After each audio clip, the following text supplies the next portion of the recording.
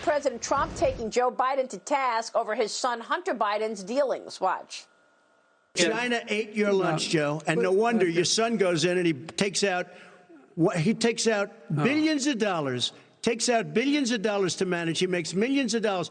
And also, while we're at it, why is it, just out of curiosity, the mayor of Moscow's wife gave your son $3.5 million. What did he do to deserve it? What did he do with Burisma to deserve $183,000? You've asked your question, let him answer. None of that is true. Oh, really? He didn't get $3.5 million? Mr. President, totally, Mr. President, please. Totally discredited. Totally discredited. Joining me right now is California Congressman, ranking member of the House Intelligence Committee and House Ways and Means Committee member, and author of the new book, Countdown to Socialism, Congressman Devin Nunes. Also joining the conversation all morning this morning, Dagan McDowell, and former senior advisor to the Clintons, the president of the Stagwell Group, Mark Penn. Great to have everybody this morning. Thank you so much for being here. Congressman Nunes, thank you so much for being here. I want to read you Kimberly Strassel's comments after Joe Biden and the Hunter Biden news. She says, why is Biden allowed to repeat that the facts about Hunter, as put out by the Senate committee with data from the Treasury Department, are discredited? Every newspaper has quoted the money Hunter took from Ukraine to China. It's all true. Even Hunter admitted it. And yet Biden stands there last night and says it was all debunked. Well, look, Maria, it was a little bit of deja vu where you had Biden, essentially the avatar candidate, regurgitates talking points. And it was like being in an alternative universe. You had Biden still last night accusing Trump of having something to do with Russia. And meanwhile, no one in the mainstream media, including last night, pushed for Biden to answer the question. You've been attacking Trump and Republicans for having something to do nefarious with Russia for 4 years now, and he won't answer the question why his son took $3.5 million from a well-known Russian oligarch with ties to Putin. It's simply amazing that he's not pushed to answer that question.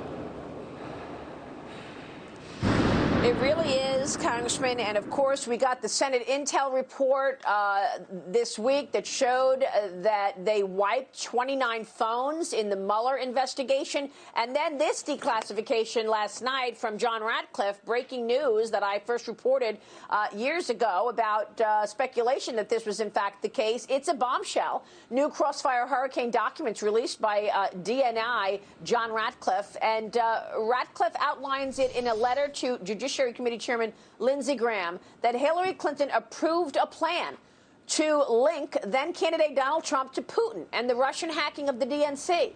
The letter says that the Obama administration was briefed on the allegations as well.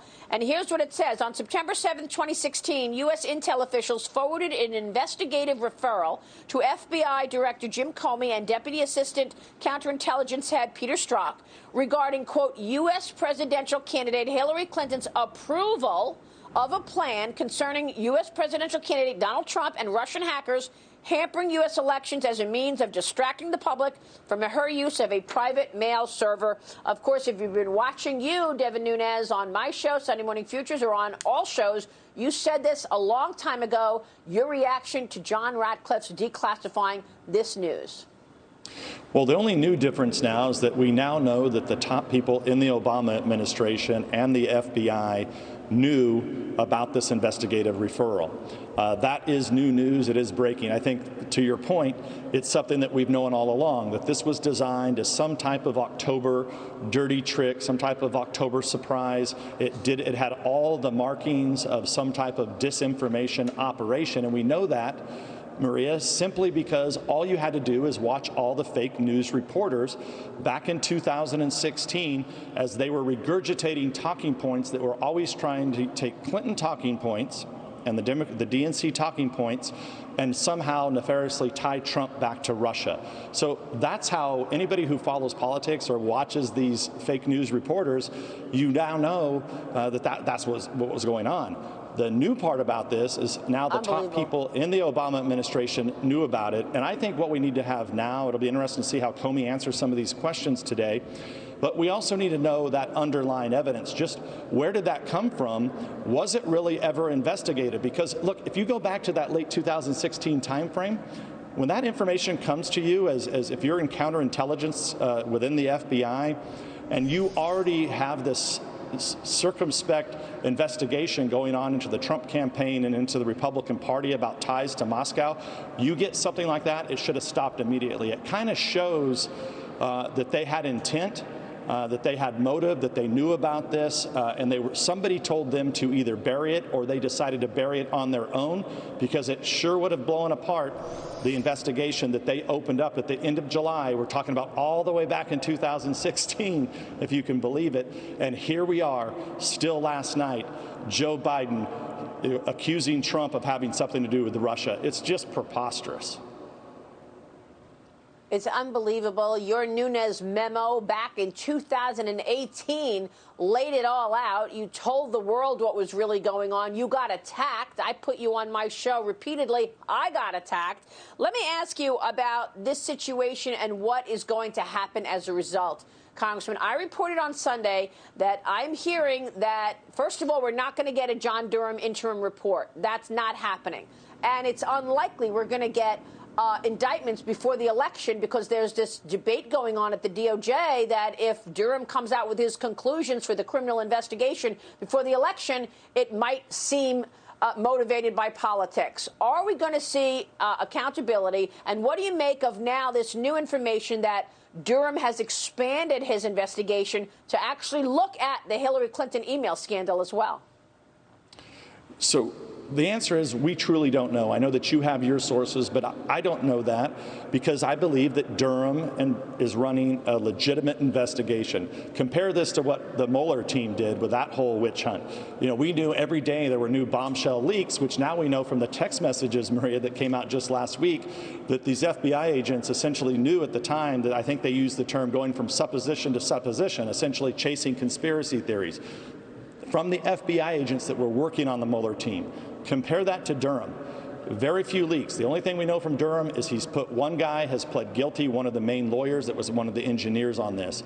As I've said before many times on your show, this is a huge, sprawling conspiracy that has to be unwound, because it involves people, every branch of our intelligence agencies, for one, including the Department of Defense, including whatever was going on over in England and the UK with that Cambridge group.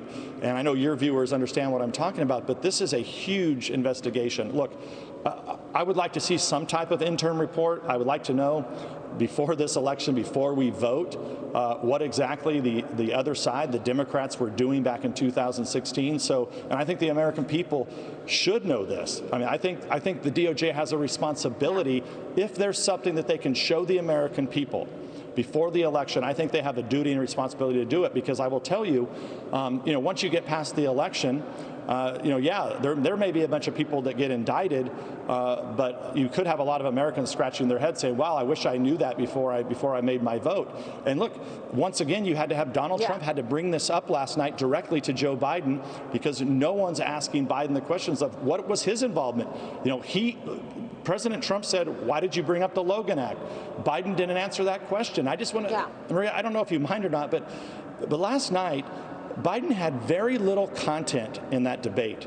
Matter of fact, there were only two things that I could make sense of that he actually said of any consequence. One, he was going to raise the tax rate back up to 28%. Now, you know this. Before the tax cuts were put in effect, jobs were leaving overseas, so I guess that's going to continue. The other thing is that if you're in a Democratic-run state or Democratic-run city, we're going to continue to be on lockdown in those cities and states. That's Biden's plan to solve the coronavirus. I mean, come on. And then there was all these unanswered questions that Biden refused to answer last night.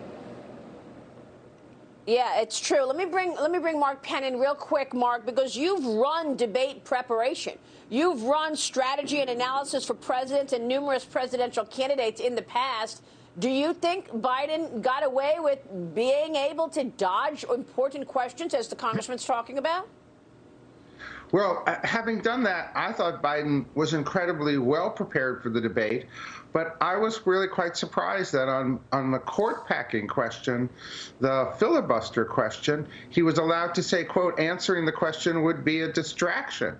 it seems to me that voters would want to know whether or not he's going to pack the court, and that would be a big issue that he handed the Republicans. I think Chris pushed Trump on the tax stuff, but didn't push Biden on the Hunter Biden stuff, and he quickly tried to change the topic. So I think there was a little moderator help going on here.